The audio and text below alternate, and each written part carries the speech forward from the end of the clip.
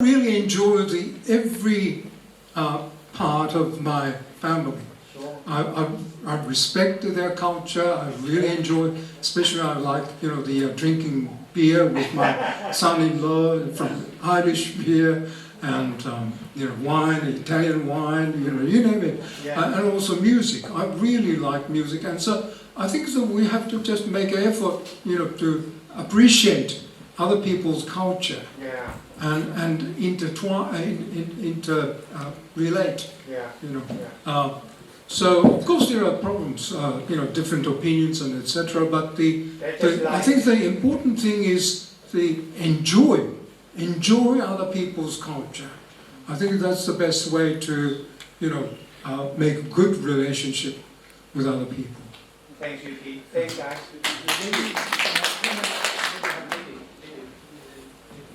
Thank you, Dr. Lee. Hi, this question is for Professor Yuki Tanaka. Thank you for sharing your knowledge and experience and your points. So then, from one of the PowerPoint slides, so you said President Truman justified this genocide with the ironic excuse that it was to avoid, insofar as possible, the killing and civilization, and to end the long-lasting bloody war in the Asia-Pacific.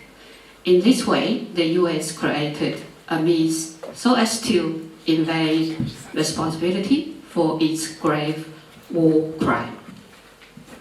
So my question is, sorry, give me a sec.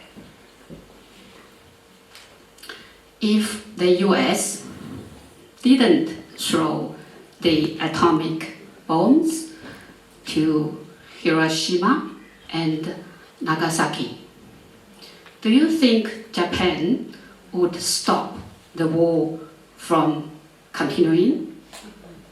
If yes, when do you think they would stop the war?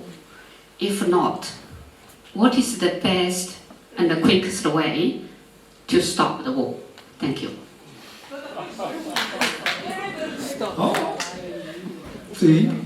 All the answer to your question is in my book. The latest book is called Entwined Atrocities. I talked about why United States decided to atomic bomb the Hiroshima and Nagasaki, and why Japan could not avoid being attacked by the United States. So anyway, but it was not necessary for United States to use atomic bomb against Japan, because Japan was ready to surrender. They were actually requesting the United States to give just one condition. Then they said we are prepared to surrender. The one condition is survival of the emperor. Survival of the emperor system and survival of Hirohito. And United States, they would, from the very beginning, even before the end of the war, they were preparing to maintain the emperor system after the war. Because, as I explained, it's important to keep the emperor system in order to prevent the infiltration of the Russian idea of communism. So the US was planning to utilize emperor's power to prevent this, the communist ideology coming into communist ideology. So the US actually, as I said, knew that what the condition that they're making, Japan was making for surrender. But they did not say, yes, we will accept that, your condition, because they wanted to use atomic bomb to demonstrate their nuclear power against Russians. So after the war, the United States wanted to expand their power with nuclear power, because at that time the Russians didn't have a nuclear power. So in order to demonstrate this political power, they used the atomic bomb. There is no strategic necessity at all, because you see that Japan was losing power, and they have no natural resources to produce more weapons. There's no food, enough food, so it's you know they knew that they can't continue the war. But the problem is, you know,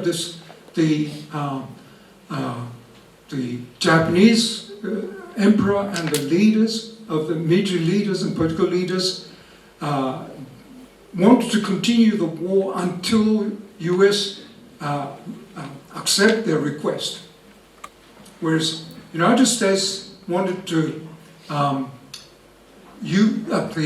looking for opportunity to use atomic bomb to demonstrate their power against the Russians. So it's all political.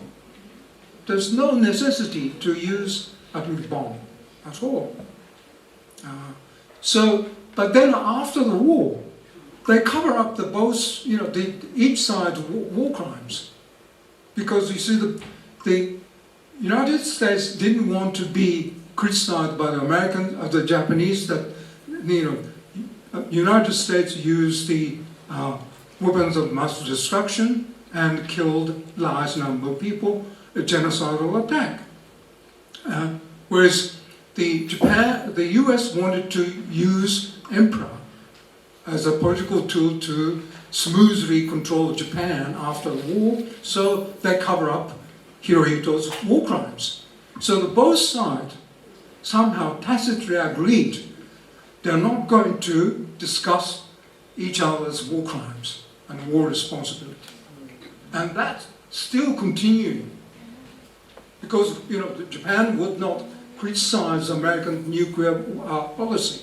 They're actually supporting the nuclear policy. Whereas the Americans also do not say anything about the Japanese war crimes, war responsibility, of World War II responsibility, and because they want to still politically control the United States, the Japan, and keep U.S. military forces bases throughout Japan. So it's all political.